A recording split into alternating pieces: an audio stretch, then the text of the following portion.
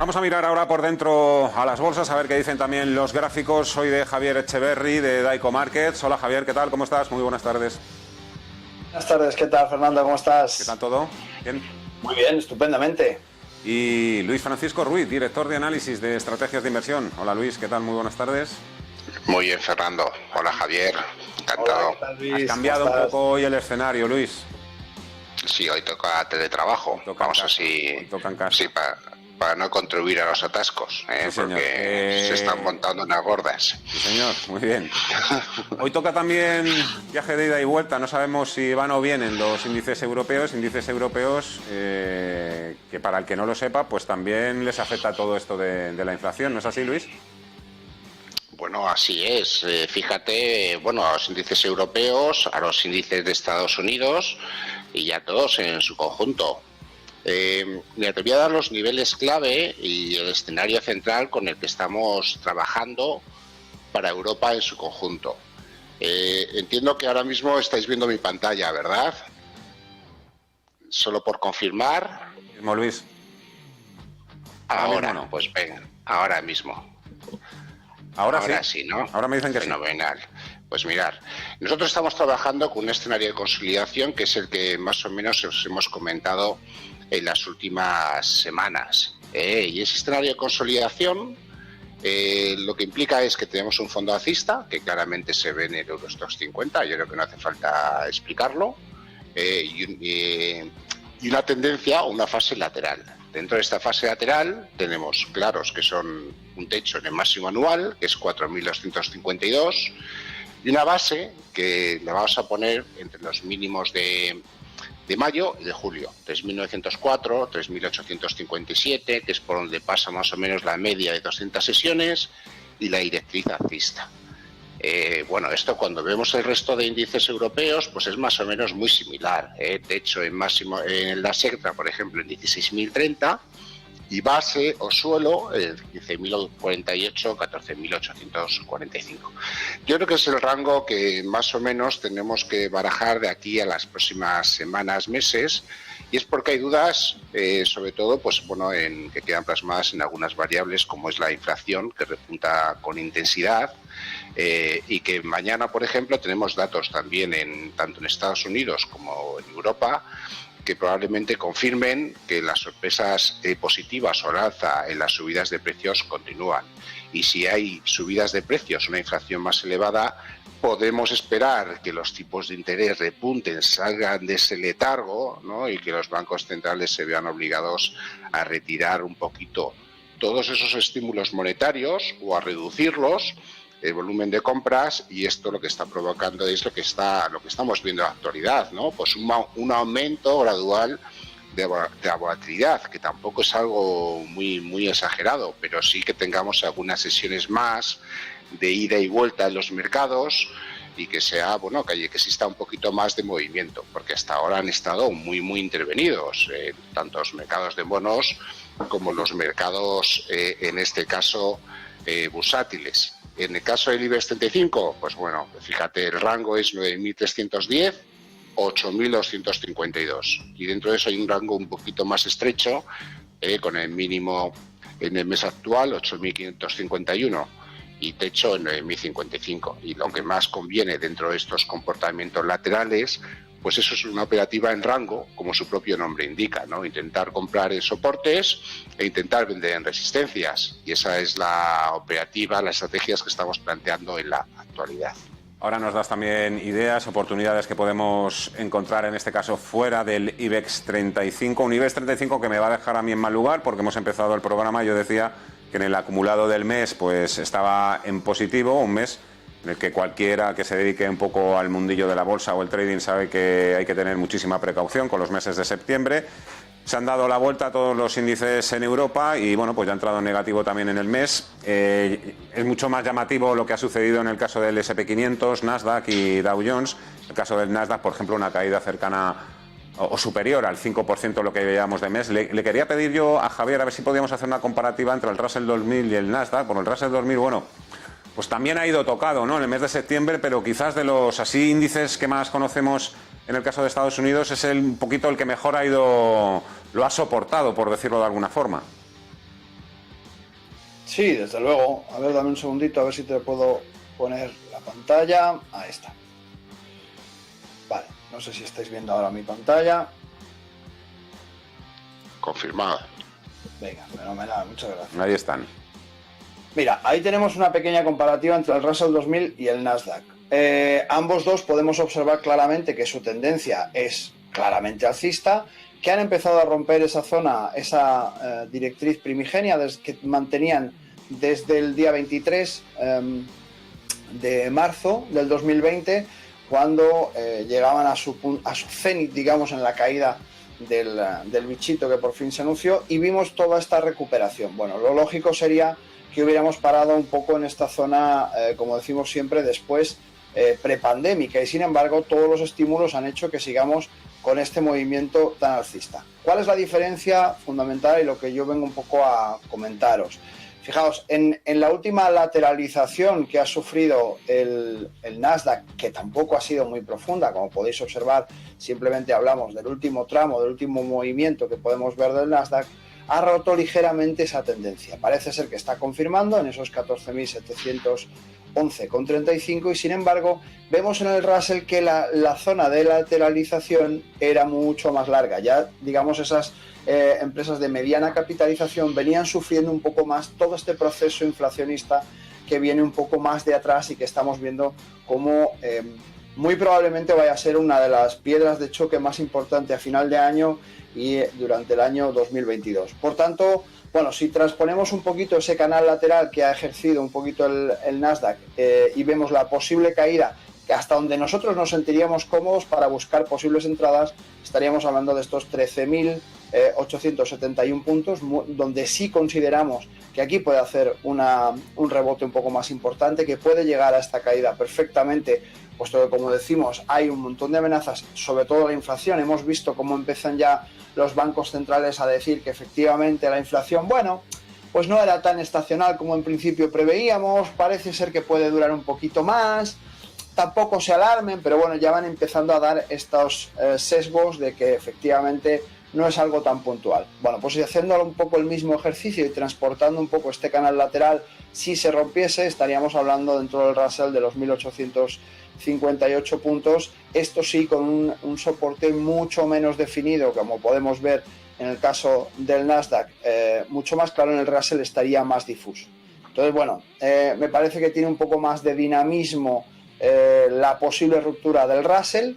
Por tanto, si vamos a ponderar nuestra cartera con empresas de mediana capitalización, ojo a que pierda estos 2.113 puntos con 36, ojo a la ruptura de este soporte, y si no lo rompe, bueno, fenomenal, pues vamos a poder trabajar dentro de este canal lateral con bastante más seguridad que en este punto concreto, donde todavía no sabemos qué es lo que va a hacer el Nasdaq, que está mucho más afecto de la macroeconomía grande, de digamos los flujos geopolíticos. Ha quedado entendido.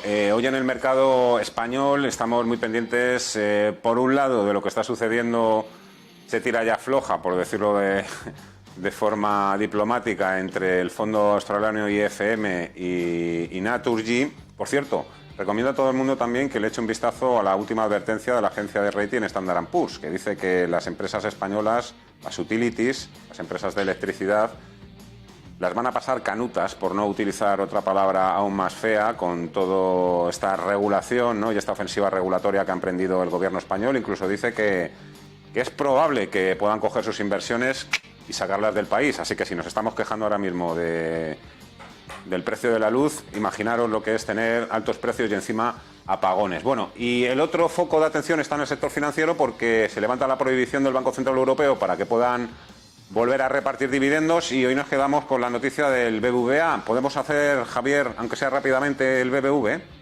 Sí, te lo comparto rápidamente. Ahí está, creo que ya podéis ver. Ahí está. Fenómeno. Vale, a ver, aquí abre. Bueno, como veis, en BBVA estamos viendo un poquito esta escalada bajista que ha tenido tan fuerte, ¿vale? Desde los 5 euros por acción, que digamos que era su precio medio dentro de este segmento, podemos ver cómo siguió cayendo, y a partir de este punto concreto empezó a remontar, cambió un poco esa tendencia, vemos un poco la reactivación de toda esta situación, de toda la economía, y por tanto vemos cómo la parte de banca y finanzas empiezan a levantarse. A mí me parece que en este momento es un momento interesante donde podríamos trabajar. Esos 5 euros por acción nos pillarían justamente en el primer rebote de este canal que podemos observar aquí, de recuperación. El sector financiero va a ser una de las tablas de salvación, a mi juicio, en 2022, y por tanto, bueno, con un objetivo cortito, buscando esta entrada hasta los 6.14, probablemente sería interesante dentro del mismo canal. Si vemos que se rompe, pues cuidado, salimos de la posición, no pasa nada, asumimos con un stop cortito y con una ponderación cortita. Si vemos que sigue hacia adelante, en vez de poner un profit, puesto que vemos una proyección más interesante, lo dejamos correr dentro de este mismo canal hasta que veamos una corrección significativa. Nos quedan solo 5 minutos y tengo que preguntaros todavía aún muchas cosas. Luis Francisco Ruiz, a ver, esas ideas que tienes tú ahí en la cabeza, acciones fuera del IBEX 35 que se puedan comportar bien. Vamos a quedarnos con una o dos. Sí, mira... Y el que quiera más, que se vaya a vuestra página web. No, bueno, además se lo voy a poner para que lo encuentre con rapidez. Y además les voy a dejar un listado. Mira, compartimos pantalla y vamos con ellas, ¿no? Mira, dentro de la página web vamos a estrategiasdeinversión.com, ¿no? Y luego nos encontramos pues un artículo, acciones españolas, alcistas y baratas. Hemos salido un poquito del IBEX 35 y nos hemos metido en el mercado continuo, y fíjate el listado de acciones que tenemos en el mercado continuo que reciben valoración positiva por fundamentales, que son un buen puñado de acciones o un buen universo con el que trabajar. Dentro de este puñado de acciones, de estas 25 acciones cotizadas en el mercado continuo, pues mira, te voy a plantear, o vamos a coger, o nos hemos quedado, por ejemplo, a muy corto plazo con Insur, que es una inmobiliaria que para protegerse de la inflación está bastante bien, en el sentido de que al final son activos tangibles, ¿no? Y si hay una subida o una escalada de precios, pues bueno, todo lo que sea algo que se pueda tocar, pues siempre es mejor. ¿Y qué es lo que ocurre? Las condiciones que le pedimos, aparte de que tenga una valoración positiva por fundamentales, es que aumente el volumen, que no tenga mucha sobrecompra y que tenga una estructura alcista con la que trabajar, que en el caso de Inmobiliaria del Sur sí lo cumple. La otra compañía que hemos recomendado dentro de este pequeño informe que hemos dejado en abierto, pues es Greenergy, que ocurre exactamente lo mismo. Fondo alcista, aumenta el volumen, la cotización recupera y no hay una sobrecompra excesiva.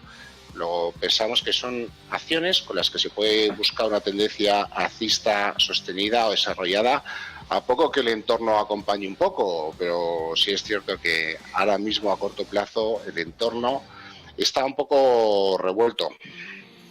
Desde luego. Y tenemos tiempo todavía para echar, por ejemplo, un vistazo a Bitcoin, Javier. Bitcoin y otras criptodivisas parece ya que empiezan a dejar atrás todo el tema de la prohibición en China. Parece, digo. Bueno, parece desde luego que empiezan a dejar atrás la prohibición y parece que les ha afectado muy poco. Mira, precisamente he buscado un poco un listado, algo curioso que he encontrado navegando un poco por la parte de criptos, que ya sabéis que yo no pondero especialmente las criptos dentro de mi cartera, pero sí que considero que hay que tenerlas en cuenta, que actualmente pues son uno de los activos más importantes con los que tenemos que contar, y del mismo modo pues es lo que tenemos pendiente. Si te he encontrado este listado de países que ha emitido... No se está viendo, Analysis. Javier, ahora. Perfecto. Ahora, vale. Es un listado de países que ha emitido Chain Analysis, que es una empresa que se dedica a analizar un poco el mundo cripto, cómo está desarrollándose los distintos proyectos que hay. Y ha emitido un informe sobre los países que más fácilmente podrían adecuar las cripto dentro de su estructura legal. Y podemos ver aquí, a través de Cointelegraph, que tiene este informe, la emisión, podemos ver que el primer país del mundo sería Vietnam. Evidentemente, lo que vamos a ver siempre es que los países menos desarrollados o los países emergentes son aquellos que más fácilmente van a adoptar un sistema financiero distinto que además mantiene una seguridad muy importante y que no permite el intrusismo de sus gobernantes en el caso de dictaduras o de situaciones un poco más complicadas.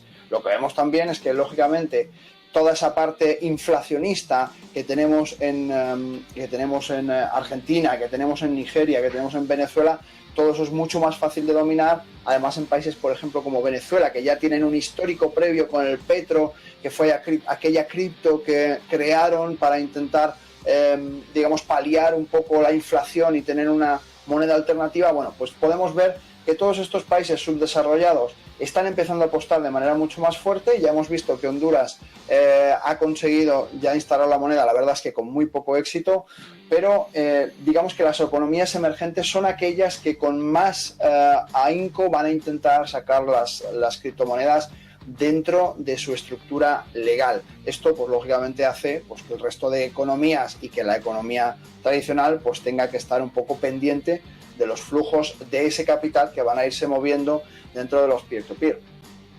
Nos hemos quedado sin tiempo. Me hubiera gustado preguntarte también, Javier, por otros dos activos, Visa y Oro. Bueno, cualquiera que te sigue o te siga a través de redes sociales seguro que les vas a ofrecer información potable. Javier Echeverry, Daico Markets, un placer, muchísimas gracias, cuídate mucho y hasta la próxima. Igualmente, gracias a vosotros.